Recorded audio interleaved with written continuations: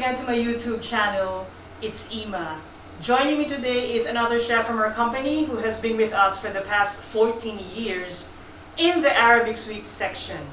Chef Amjad Daibes. Chef, welcome, madam. Thank you. How are you? Fine, and you, madam? Very good, very well. And Chef, I really want to thank you and of course your wife, Sheena, for lending us your space, your personal kitchen, okay? For you to be able to share with our viewers the special recipe or Arabic food that you will be sharing with our Glasshouse Cafe. For Glasshouse Coffee. Very good. Thank you, Chef. Thank you very much. You also worked in Dubai, right? Not only Dubai, in the UAE. Dubai, Sharjah, Abu Dhabi, Al Ain, Ras Al Khaimah. Yes. Yeah. Before you came to Qatar, right? Yeah, before I come to Qatar. And you were also an Arabic Sweets chef. Arabic Sweets chef. Yeah. Today I will make kabsa rice and mansaf.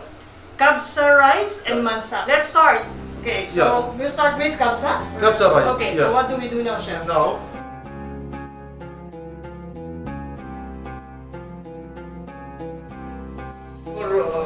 first I will do mutton. Mutton. Yeah.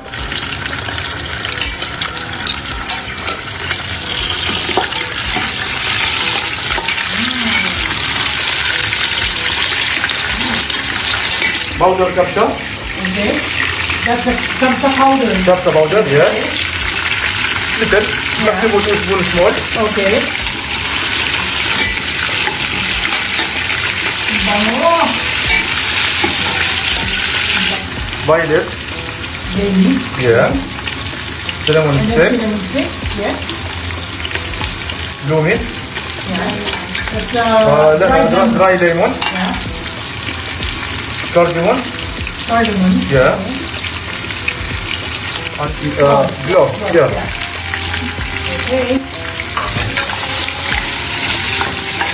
Wow, that's Now you're gonna put hot water. Yeah.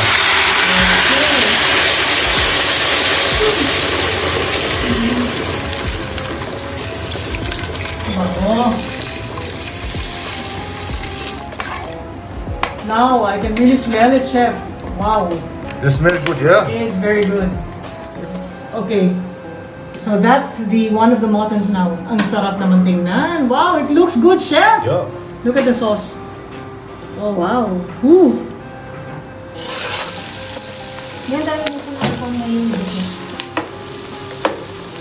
Red capsicum, green Red capsicum, bell pepper, green bell pepper, yellow capsicum, yes. These are all optional.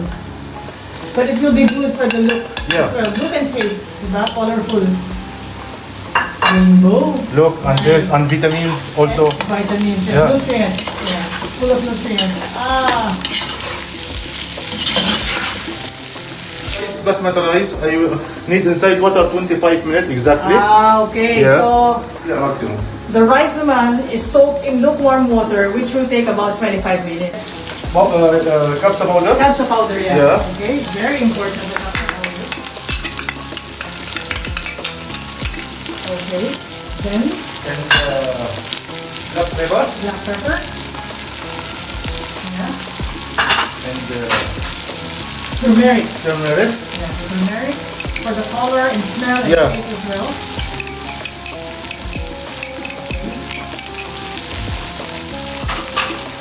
Mixing now.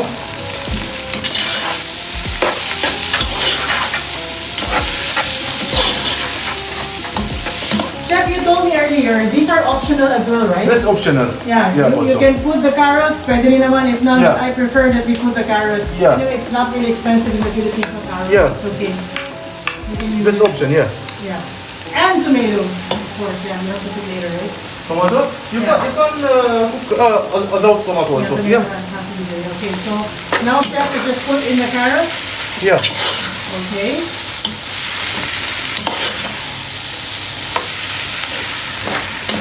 Now we're gonna put the raisins or dry grapes. Dry grapes. Yeah. This will come in sweet. Yeah. No, the sweet. Yes. Yeah. Okay, great.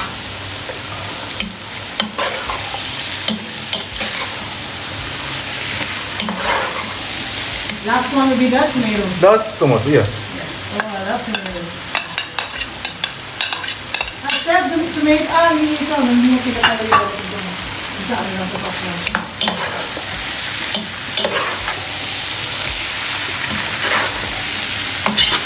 Wow. I will put water. Yes. That's the broth? Yeah. From the mutton. Yes. 1, 2, that's 2 cups already, right? 3, 4, and 5. This for 3 cup rice. Okay, 3 cups rice, okay.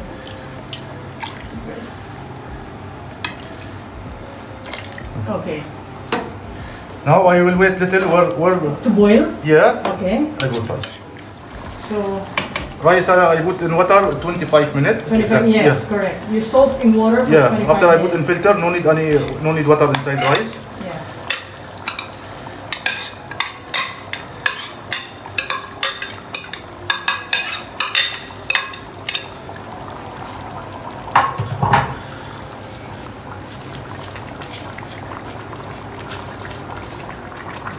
So chef, are you supposed to steer it or don't steer? You don't steer it? No. Ah, you cannot steer it, so don't steer it. Yes. Okay. It's just like cooking plain rice. Yes, You don't steer the rice. Okay. So we just have to wait. How long will it take, chef, for this to cook? The maximum 20 minutes. 20 minutes. Yeah. Okay. So First I let's cover. cover it. Yeah. Okay, and wait for 20 minutes. I put gas more. Okay. Okay. So it's okay to Yeah. put on high Yes. high heat. Okay. Yeah. In front. Yeah. Okay. Before So before now- I put in plate, need mixing little like Okay, that. so you're gonna mix it. Yeah. Yeah. Okay. Again, you cannot mix it like the usual mixing that we do. Yeah, of course. Because Yeah. the rice will break Yeah. according to chef. So we have to retain the shape of the rice. Yes. Smells good. Good. Yeah. Wow. The kabsa. Okay. Okay. Perfect.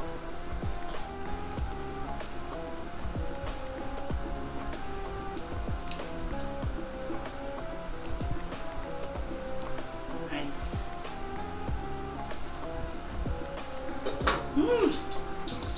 Now, here comes the mutton. Ito iniintay ko. Diyos ko, I'm gonna eat this mutton really. Oh. Wow.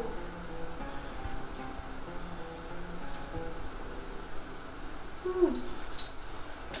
Yes.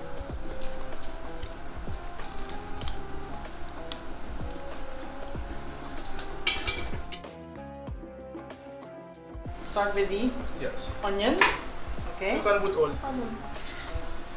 Also, I did water, same oil. Okay. Exactly, Sheena. So we're gonna put everything there. Yes. And you have the tomato, capsicum, Yes. bell pepper, coriander powder, tomato paste. Great. Chili paste. Yes. Okay.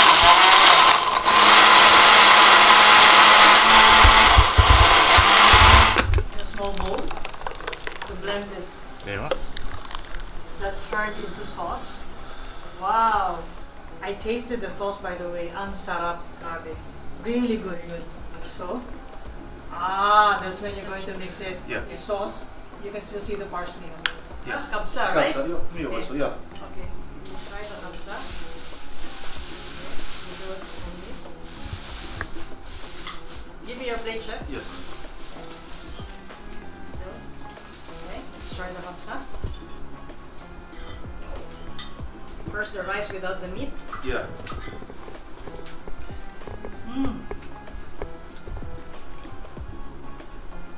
Sarap. Oh, Again, this sauce is for this, right? Yeah. Okay, I'm gonna try again kabsa with the sauce this time, okay? Alright. You have seen rice? yeah, I have. This is the sauce for the kabsa, so we'll put on top. Ang sarap ng sauce na talaga. Blended the capsicum.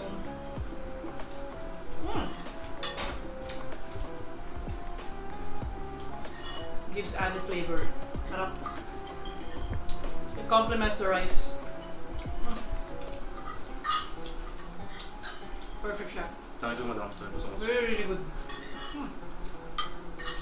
I'm gonna eat rice tonight. Okay. Number one, your favorite expression, number one. Thank you so much, madam. This is number one. Thank you so much. Thank you very much. Really, wow. Thank you, madam. The presentation, the way everything was cooking is very clean in the kitchen. Clean as you go. He cleans while he's cooking. Great. Thank you very much, Chef. Thank you so much. Now guys, let's eat. Bye, Glasshouse Cafe. See you again in my next vlog. Bye. Kumain na tayo. Ang sarap, grabe.